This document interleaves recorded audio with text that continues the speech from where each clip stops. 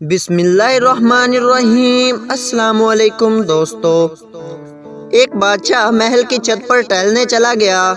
टहलते टहलते उसकी नज़र महल के नज़दीक घर की छत पर पड़ी, जिस पर एक बहुत खूबसूरत औरत कपड़े सुखा रही थी।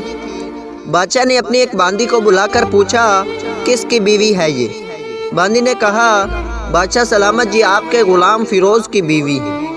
बादशाह नीचे उतरा। बादशाह पर इस औरत के हुस्न जमाल का सहर सा छा गया था। उसने फिरोज़ को बुलाया। फिरोज़ हाजिर हुआ तो बादशाह ने कहा, फिरोज़, हमारा एक काम है। हमारा ये ख़त फला मुल्क के बादशाह को दे आओ और मुझे इसका जवाब भी इनसे ले आना। फिरोज़ बादशाह को हुक्म सर आंखों पर, और वो इस ख़त को लेकर घर वापस आ गया। ख़त को अपने तकिए के नीचे रख दिया। सफ़र का सामान तैयार किया, रात घर में गुजारी और सुबह मंजिल मकसूद पर रवाना हो गया। इस बात से लाइल्म कि बादशाह ने इसके साथ क्या चाल चली।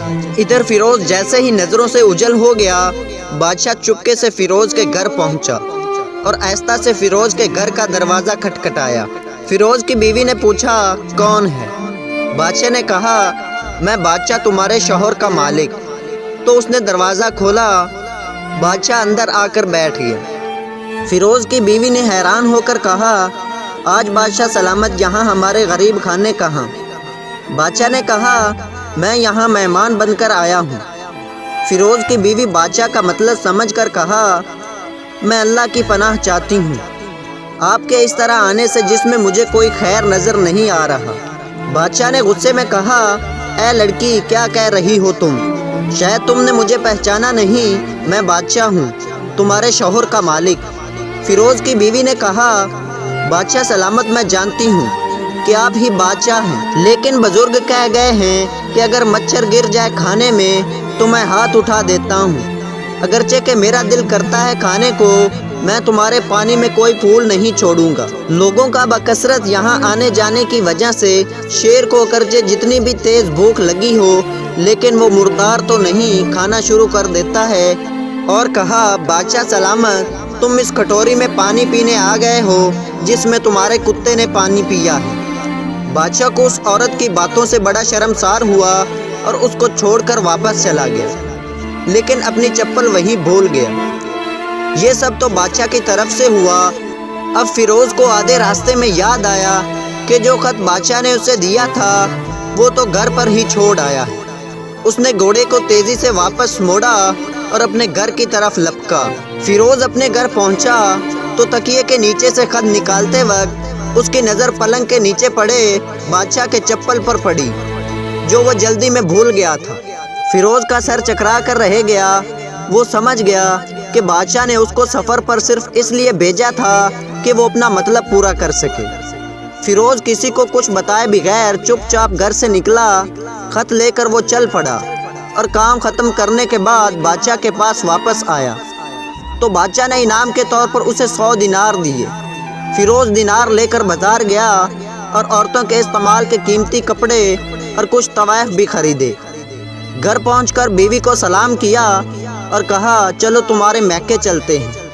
बीवी ने पूछा, ये क्या है? कहा कि बादशाह ने इनाम दिया है और मैं चाहता हूँ ये पहनकर अपने घर वालों को भी दिखाओ।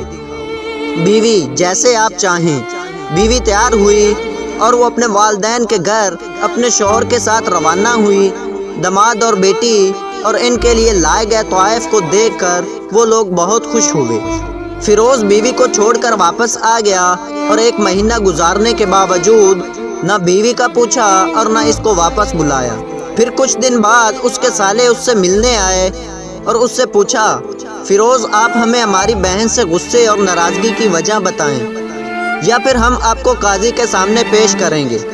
तो उसने कहा, अगर तुम चाहते हो तो कर लो, लेकिन मेरे ज़िम्मे इसका ऐसा कोई हक बाकी नहीं जो मैं अदा ना किया हो। वो लोग अपना केस काजी के पास ले गए तो काजी ने फिरोज़ को बुलाया। काजी उस वक्त बादशाह के पास बैठा हुआ था। लड़की के भाइयों ने कहा, अल्लाह बादशाह सलामत और काजी व कज़ा को कायम दायम रखें। काजी साहब, हमने एक सरसब्ज बाग, दरख्तों फलों से भरे हुए और इसमें मीठे पानी का कुआं इस शख्स के हवाले में दिया, तो इस शख्स ने हमारा बाग उजाड़ दिया سارے پھل کھا لیے، درخت کاٹ لیے اور کنویں کو خراب کر کے بند کر دی۔